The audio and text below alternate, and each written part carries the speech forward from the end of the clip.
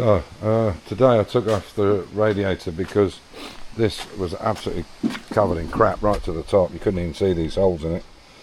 And because we have a rod that goes through here, through there, and all the way through, which is here.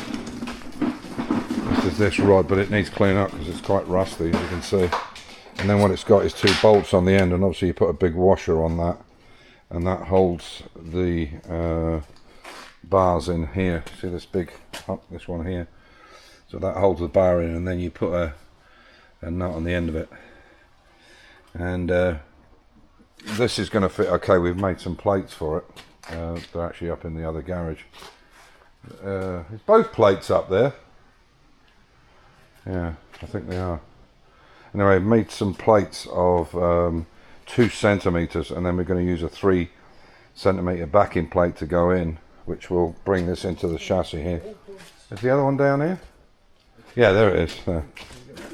So this is the plate we're going to put on, and just give you a quick show how. Can I just quickly show them how it's going to go? Yep. So it doesn't really matter.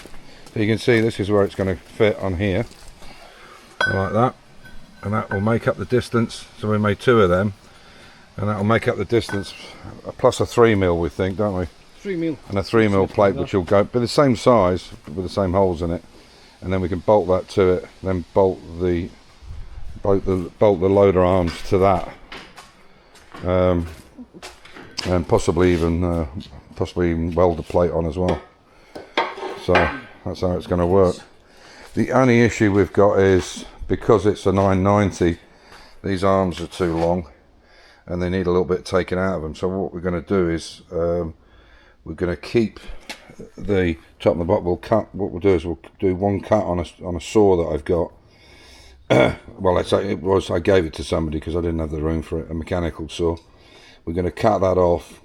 We'll attach this to the tractor and this end to the tractor, to this, I should say, which is here. It comes down on the outside, on the inside.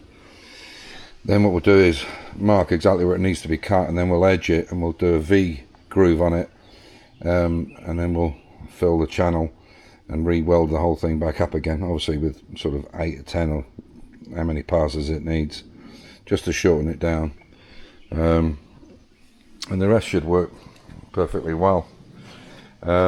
This here is a hydraulic manifold which actually fits across here, and the idea of that is it goes under the tractor, and it's a manifold, so those 2 lines go to each ram, and then this is the feed line here to the ram. You can see that it's got the threads on each end and it bolts onto here, so it looks like it's going to work. And what we'll do, obviously once it's all done, we'll have everything sandblasted, the front sandblasted, the wings. We think we can get away with the body or the engine and stuff because it's just really greased up. So obviously we'll take all the tyres off because they're all knackered, and get the rims blasted and painted. And yeah, so the reason it's looking shiny now is we put a special degreaser on it, and we'll leave that overnight, and then use that Karka power washer there and do it again. So but I will take the tank off and the front because that needs doing. The seat is absolutely goosed, but we might be able to do something with it. I don't know, we'll see, or I'll try and find another one. And the rest I think we can probably clean up by hand. As you can see, look, the tyres are a real mess, but, you know, they're not going to last. But it's been sat for 20 years. It hasn't turned over for 20 years till I got it. So yeah, so we'll give it a good clean up, give it a good blast, and I think we'll be able to paint it in a few weeks' time. All the weather's good, but yeah, but it runs like a trooper, really. I had to take the toolbox off. There was a little toolbox on the side, and the reason for that is this arm coming across here was going to hit the toolbox, so that's why I took it off. In fact, the toolbox is, I can put that somewhere else. The toolbox is actually here. It actually came with it, so a nice little toolbox. and it's got a hitch, 50mm ball hitch I think in it. Yeah, there you go, 50. Yeah, so that's it for the night. Knock off tonight. My wife's coming down tonight, so, but we'll carry on with it tomorrow. Get these plates made up, because now we have to find bolts for this, so we have to get this lined up first on the tractor, offer this up, and then we can work out where the bolts go. And I think possibly what I'll do is keep these plates on and use the 3mm spacer plates to shove inside, and I think for extra strength we'll possibly put some welds when this plate's on against it, put some butt welds down the side here on each side, because it's not going to come off again. Yeah, that's it. So now I have to think about getting this radiator sorted out. You can see unfortunately the sides come off it, that needs rebrazing. This is quite a clever little thing. So the hose from the air filter goes on here, from the oil bath air filter, and it goes through there, so it's through the top of the header of the radiator. And obviously what that's doing is when the tractor's hot, it's heating it, so it's preheating the air going into the inlet manifold. So what happens is it comes along here, yeah, and it touches the radiator here, so everything that's going into that manifold there is preheated, which is pretty clever when you think about it. So there we go. But honestly, the shit that came out of there, it was toppers. Well, there you go. It's that bucket full there, that bucket full there, and all that was all in it. Anyway, we'll crack on and see how we go. Yeah, so I've gone out, I bought a 16mm drill, because that's what we need for this. This is the second one, the other one's down there, so we need to drill this one out. And we didn't have a drill big enough. So fortunately I managed to find a drill with a step in it, because the jaws are not big enough. But when I bought this about, I don't know, God, it must be 16, 17 years ago, I guess, I can't remember. And because we've always drilled small stuff with it, I've never really looked at the gearing on it. It's only a belt driven thing. It's normally 1mm or 2-3mm maximum, you know, we've ever drilled on it, and it did slip quite a bit. So obviously you can imagine with this 2cm one, it was a bit of a bind. So we thought, you know what, let's have a little look at it. So I'll show you what we did.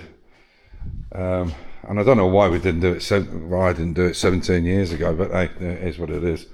It was sufficient for what I needed at the time.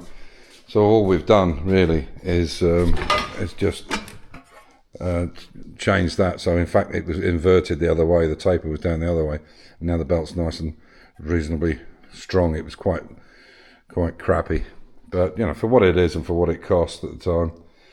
So anyway, so it works far much better now, so that's good news. The other thing that I did is, you know, we use drills and grinders, and they really get a hammering from us, or they have in the past, but obviously I'm getting up at the point now where there's, you know, really not much to finish off. And I've been buying these Endstell drills, this Endstell gear, which is not great. It's cheap. It does the job, but they get quite a pounding, and I've used Bosch, I've used all kinds of stuff, and I thought this one's gone, and it's only lasted like a year, and they're supposed to be guaranteed for 3, but anyway, bottom line is I end up buying another one. So you think, well, why did you go and buy another one? These are €80, and you get the battery and the power pack with it. Now I was looking at Bosch, and you get just the drill, no battery, so you've got to buy all the gear with it. That works out up to sort of 450, €500. I already have all this gear anyway. I have lots of charging systems and lots of spare batteries. And the other one was, what's the blue colour equipment called? I forgot the name of it. It'll come to me. But they were even more. They were like sort of 250 odd euros plus all the stuff. So you're looking at 600. So you can buy sort of 6-7 of these for the same money. You know, and it's a 3-year warranty supposedly, but I'm terrible for keeping receipts. This time I've kept it on my wall in my office, so I know if it goes wrong I can get it changed. But we are coming to the end of the big restoration, so hopefully it'll last a bit longer. But as I said, I go through this stuff like there's no tomorrow, especially grinders. We really knock the crap out of the grinders. And I've got all the stuff there. It's all Anstel. It's cheap. It's kind of Black & Decker stuff, to be honest. It's DIY stuff. Stuff you're going to use, you know, once every couple of weeks or once every couple of months. But for that kind of price, it does what we need. So hopefully tomorrow we'll get this plate fixed up. This is the second plate, as I said, with this 16mm drill. And now it's high speed. It's cutting through it so much easier.